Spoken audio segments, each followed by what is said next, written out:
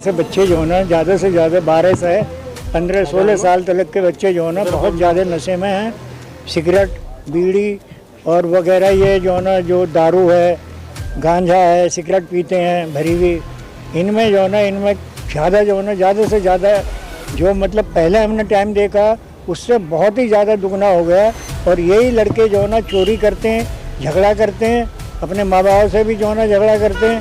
तो इससे जो है ना इससे जो है हमने मीटिंग रखी है या जो कमेटी बनाई है, इससे ये फ़ायदा होगा कि हमें उन लड़कों का पता चलेगा और हम उन लड़कों का नाम जो है ना बताएंगे। बताने के बाद में जैसा कि SHO साहब ने कहा है कि हम उनको बंद नहीं करेंगे।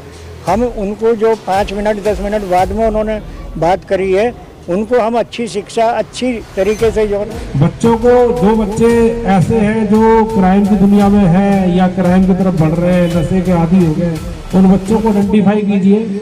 उनके लिए वॉलीबॉल का, उनके लिए कंप्यूटर की ट्रेनिंग का एक प्रोग्राम, हम युवा प्रोग्राम को जो पहले से लॉन्च है उसके तहत, जो बच्चे वॉलीबॉल के लिए खेलना चाहते हैं उसके तहत, जो बच्चे एथलेटिक्स में जाना चाहते हैं उनके नाम दे करके उनको हम एक तरह से मोटिवेट करना चाहते हैं कि उनका।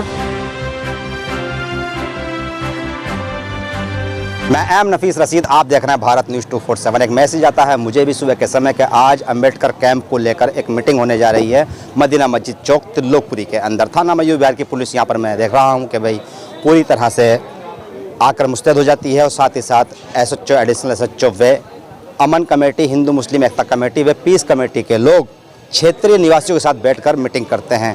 इस मीटिंग का उद्देश्य तो यही बताया जाता है कि भाई किसी तरह से भी जो क्षेत्र के अंदर अमन चैन ख़त्म करने वाले लोग हैं उन पर नज़र रखी जाए। उनका यानी कि क्षेत्र के लोग बताए जाए कि किस तरह से पर्वों के मौके पर शांति बनाई रखी जाए।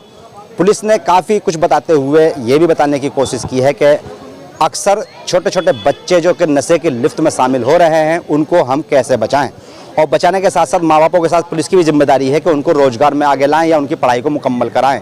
बहुत सारी बातें पर मंथन करते हुए क्षेत्रीय लोगों ने अपनी अपनी राय रखी। आइए सुनते हैं क्या कहते हैं जो अमन कमेटी व पीस कमेटी और अन्य क्षेत्रों की कमेटियों से जुड़े लोग हैं, जैसे कि रियाजुद्दीन सैफी हैं और रियासत अली, क्या कह रहे हैं। और उसके बाद सुनते हैं एक छोटी सी क्लिप में कि पुलिस ने क्या समझाया क्षेत्रीय निवासियों को। देखिएगा जी, ये जो प्रोग्राम आज का है, अभी बीच में होली भी गई है, बड़ी शांतिपूर्ण भाईचारे आपसी सद्भावना के साथ मिली जुली। और ये एक नई टीम बनाई है SHO साहब ने, जो संजय कैंप जितने भी झुग्गी के कैंप हैं इसकी एक टीम बनाई गई है। इस टीम में कुछ लोगों को चुना गया है और चुनने के बाद में उसमें हो रहे बढ़ते क्राइम और बच्चों पर नशा के जो नशे करने वाले बच्चे हैं उनको देखने के लिए, जो क्षेत्र में नशा बेचने वाले हैं उनके लिए एक अंकुश लगाया जाए, इस पर एक विचार करने के लिए टीम बनाई गई थी। इसके विषय में ये मीटिंग करी गई है। जिस तरीके से लोगों की यहाँ पे मीटिंग रखी गई, इसमें लोगों को कितना प्रभाव पड़ने की उम्मीद है? देखिएगा जी, धीरे धीरे प्रभाव पड़ता है। जैसे त्रिलोकपुरी में काफ़ी टाइम से क्राइम का ग्राफ बढ़ता जा रहा था, इसी को देखते हुए हमारे क्षेत्र के रियासत चौधरी साहब हैं, इन्होंने ये मीटिंग का आयोजन करवाया। और इसी तरीके से जो मीटिंग का आयोजन के साथ साथ इस पर अमल भी हो तो मैं ज़्यादा अच्छा समझूंगा। पुलिस और पब्लिक के बीच में ये संभावना बनी रहेगी। सर, ये साझा जो प्रयास किया है मीटिंग का, इस पर क्या कहेंगे आप? मैं यही कहूँगा, जैसे बच्चे जो है ना ज़्यादा से ज़्यादा 12 से 15-16 साल तक के बच्चे जो है ना बहुत ज़्यादा नशे में हैं। सिगरेट, बीड़ी और वगैरह ये जो है ना जो दारू है, गांजा है, सिगरेट पीते हैं भरी हुई। इनमें जो है ना इनमें ज़्यादा जो है ना ज़्यादा से ज़्यादा जो मतलब पहले हमने टाइम देखा उससे बहुत ही ज़्यादा दुगना हो गया। और यही लड़के जो है ना चोरी करते हैं, झगड़ा करते हैं, अपने माँ बाप से भी जो है ना झगड़ा करते हैं।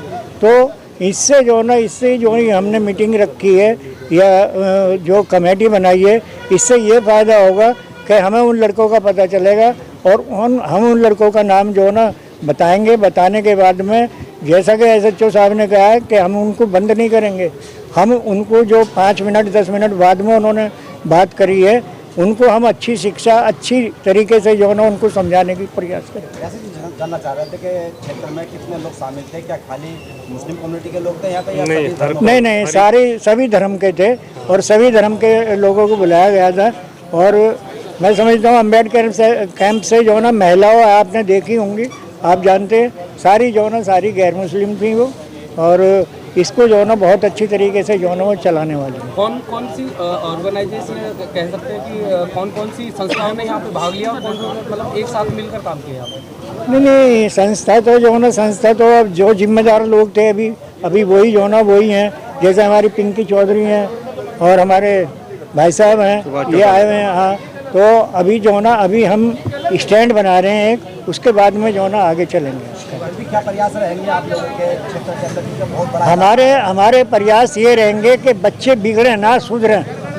हमारे प्रयास ये रहेंगे। यहाँ पे अमन चैन होना चाहिए, यहाँ पे जो है ना फिसाद नहीं होना चाहिए। पर सुनने में ये भी आता रहता है कि अक्सर यहाँ जो आसपास गांजा चरस बेचने वाले लोग हैं उनकी साठगांठ रहती है, राजनीति साठगांठ रहती है। नहीं, राजनीति की साठगांठ तो नहीं रहती होगी, मैं समझता हूँ। लेकिन उन जो आवारा लड़के हैं उनकी साठगांठ जरूर रहती है उनसे। यहाँ पे हिंदू भी मुसलमान भी है, तो यहाँ पे कैसे माहौल है? यहाँ पे माहौल जो है ना, रमजान भी है और नवरात्रे भी आने वाले हैं। नहीं, नवरात्रे भी आने वाले हैं, होली निकली है, आपने देखा होगा, बिल्कुल सुख शांति से होली निकली है। मैं समझता हूँ इसी तरीके से जो है ना हमारी ईद भी जो है ना, ईद का त्यौहार भी हमारा बहुत अच्छी तरीके से निकलेगा। वैसे हमारे यहाँ पे जो है ना ये रहा है कि कभी भी जो है ना तीज त्यौहार पे जो है ना कोई झगड़ा फसाद नहीं होता। जनता को जागरूक के लिए आप क्या मैसेज देना चाहेंगे? जनता के लिए जो है ना मैं यही मैसेज देना चाहूँगा, कहीं पे भी कुछ हो रहा हो, लेकिन हमें उससे जो है ना उससे मतलब नहीं है। हमें अपनी कॉलोनी से, अपने इलाके से मतलब है। यहाँ पे सुख शांति रहनी चाहिए और यहाँ पे अमन चैन रहना चाहिए। तो इस चीज को, उस चीजों को, सुझावों को लेने के लिए एक अवेयरनेस प्रोग्राम चलाया गया है आप लोगों को जागरूक करने के लिए। जैसे कि हमारी छोटी छोटी बच्चियां होती हैं, बहन बेटी होती है जिनकी उम्र 18 साल से कम है, उनके साथ घटना हो जाती है, वो बता ही नहीं पाती। जब बता ही नहीं पाएगी वो, तो फिर पुलिस में रिपोर्ट कहां से होगी? और जब पुलिस में रिपोर्ट नहीं होगी तो उसके हौसले बढ़ेंगे जो वो अपराध कर रहा है। तो आपको अपने घर में भी बच्चों को इतना फ्रेंकली बनाना है कि भाई बच्चा किसी के साथ अगर कोई डरा हुआ है, सहमा हुआ, तो उसे समझ करके ये कहना, पॉइंट ऑफ व्यू से समझाना है बेटा हुआ क्या है। और जब बच्चा फ्रेंकली होगा तो चीजें निकल करके आएंगी। और ये किसी के बच्चे के साथ हो सकता है, ऐसा नहीं है कि मुस्लिम समुदाय के लोग के साथ होगा, हिंदू समुदाय के लोग के साथ होगा, ऐसा कुछ नहीं है। जहां मिक्स पॉपुलेशन है, हमें और सजग रहने की जरूरत है।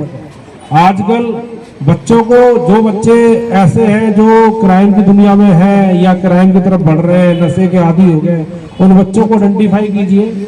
उनके लिए वॉलीबॉल का, उनके लिए कंप्यूटर की ट्रेनिंग का एक प्रोग्राम, हम युवा प्रोग्राम को जो पहले से लॉन्च है, उसके तहत जो बच्चे वॉलीबॉल के लिए खेलना चाहते हैं, उसके तहत जो बच्चे एथलेटिक्स में जाना चाहते हैं, उनको उनके नाम दे करके उनको हम एक तरह से मोटिवेट करना चाहते हैं कि उनका करियर ब्राइट हो और वो उस अपराध की दुनिया से निकल करके और आपके थ्रू और पुलिस के थ्रू वो अच्छा काम में लगे, उनके घर का पालन पोषण हो सके, वो नौकरी लग सके। उनको ट्रेनिंग दी जाएगी, मोबाइल ट्रेनिंग की दी जा सकती है, सॉफ्टवेयर की ट्रेनिंग दी जा सकती है, जैसे कि कहीं इलेक्ट्रिक की ट्रेनिंग दी जा सकती है, कि उस बच्चे का कहीं ना कहीं रोजगार लग जाए, जो उससे वो उसकी अपराध की दुनिया में ना जा करके अपने घर की तरफ उसका अच्छा हो।